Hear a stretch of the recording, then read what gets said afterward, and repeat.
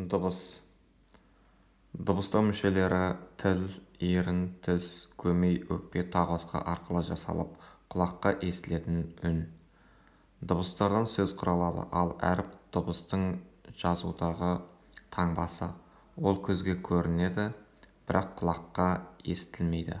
Қазақ әліпбиінде 42 әріп бар. Оның 28-і төл дыбыстарды таңбалайды.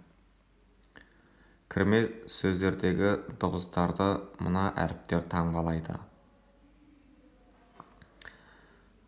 Қазақтың төл сөздерінде және кірме сөздерде кейде дара, кейде бірнеше дыбыс қосындысын таңбалайтын әріптер. Олар бізде төртеу: у, и, я, ю. Кірме сөздерде кездесетін дыбыстық мәні жоқ әріптер: жіңішкерту белгісі және жуандық белгісі. Тіл дыбыстары дауысты және дауыссыз дыбыстар болып, екіге бөлінеді.